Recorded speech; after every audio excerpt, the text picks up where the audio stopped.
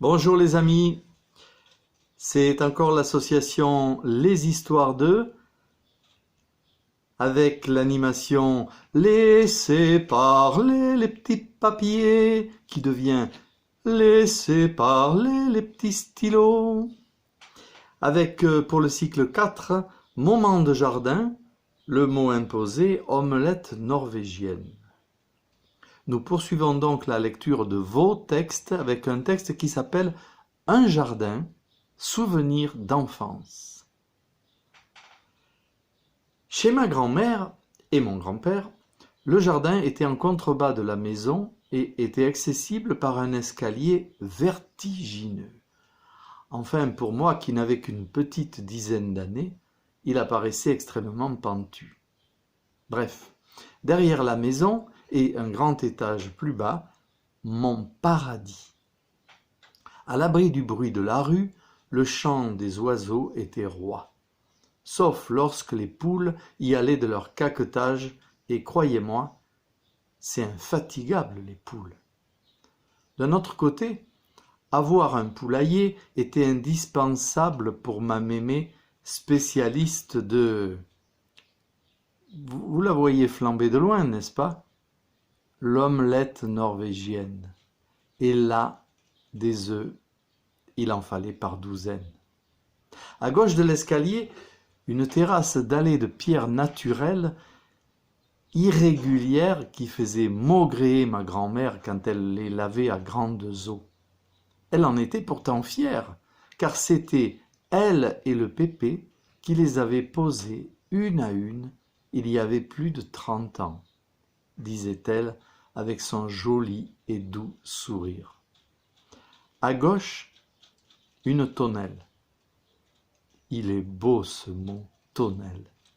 C'est sans doute parce que cet endroit chez mes grands-parents s'est incrusté dans ma mémoire comme un endroit beau, intime, une oasis de fraîcheur quand venait l'été.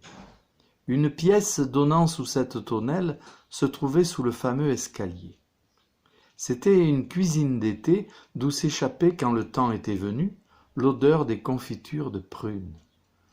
Un lit y était aussi installé pour les siestes de grand-père. Pour les miennes, un petit divan était mis sous la tonnelle.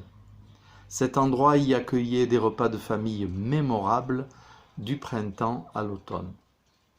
Bien sûr, le jardin comportait un potager.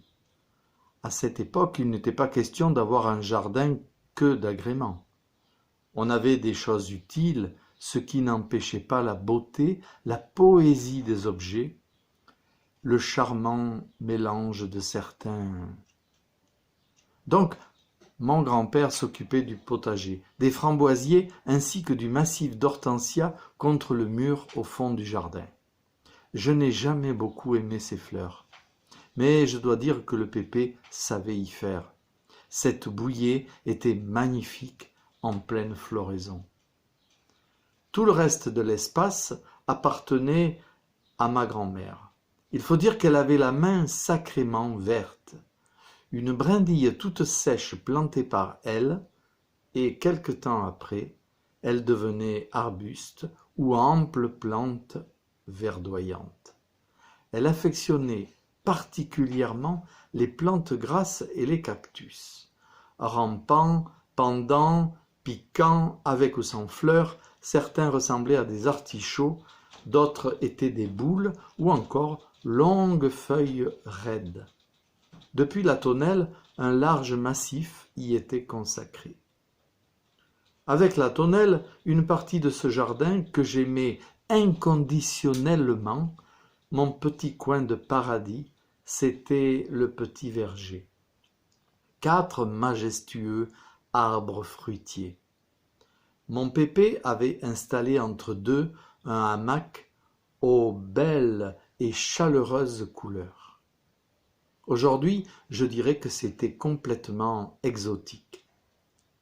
Je m'y hissais avec délice, et là, je les regardais tous les deux s'affairer tranquillement, chacun dans leur espace, se regardant parfois, un sourire complice jusque dans leurs yeux.